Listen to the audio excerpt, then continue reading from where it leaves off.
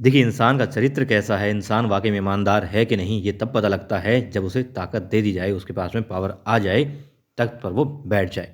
अब पत्नी कैसी है, दोस्त कैसा है, ये पता चलता है विपत्ति के समय में। भाई कैसा है विपत्ति के समय में। जो आपका साथ विपत्ति के समय में दे, मतलब वो आपका सच्चा हितैषी है, ना कि जब आप पैसे में हो, ऐशो-आराम में हो, तब आपका साथ दे।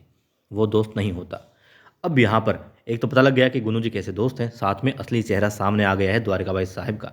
जी हाँ, द्वारकाबाई साहिब जो हमेशा से कहती आई है, धना सरदार को भी कहा करती थी, गुनू जी को भी कहा करती थी, यमुना बाई के सामने भी कहा, बाकी और लोगों के सामने भी उन्होंने कई बार कहा, खुद से भी कहा, हमने सुना बार बार कि वो कहती है कि मालवा मालवा की प्रजा और होलकर परिवार के विरुद्ध यदि कोई काम करेगा तो वो बख्शेंगी नहीं, वो ये कतई नहीं चाहती।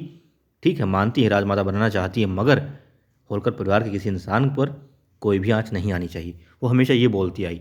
मगर अब जब बारी आई कि हाँ, गुनू जी तो बुरी तरह से फँस रहे हैं, तो उसे ना राज्य दिखाई दे रहा है, ना प्रजा दिखाई दे रही है, रिश्ते नाते कुछ भी दिखाई नहीं दे रहे हैं। यदि रिश्ते दिखाई दे रहे हैं तो सिर्फ खुद के स्वार्थ हेतु ही दिखाई दे रहे हैं।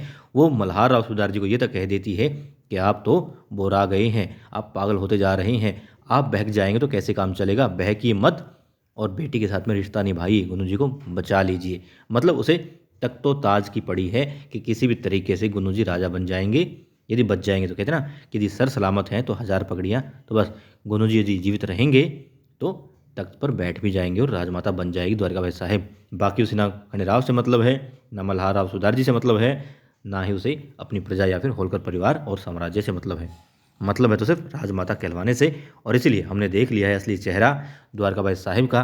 भले वो कुछ भी कहती आई, कभी कभार इन्हीं बातों में जैसे लग जाया करती थी कि हाँ अच्छी है, सच्ची है, बस थोड़ी स्वार्थी हो गई है, मगर नहीं, वो सिर्फ और सिर्फ स्वार्थी ही है।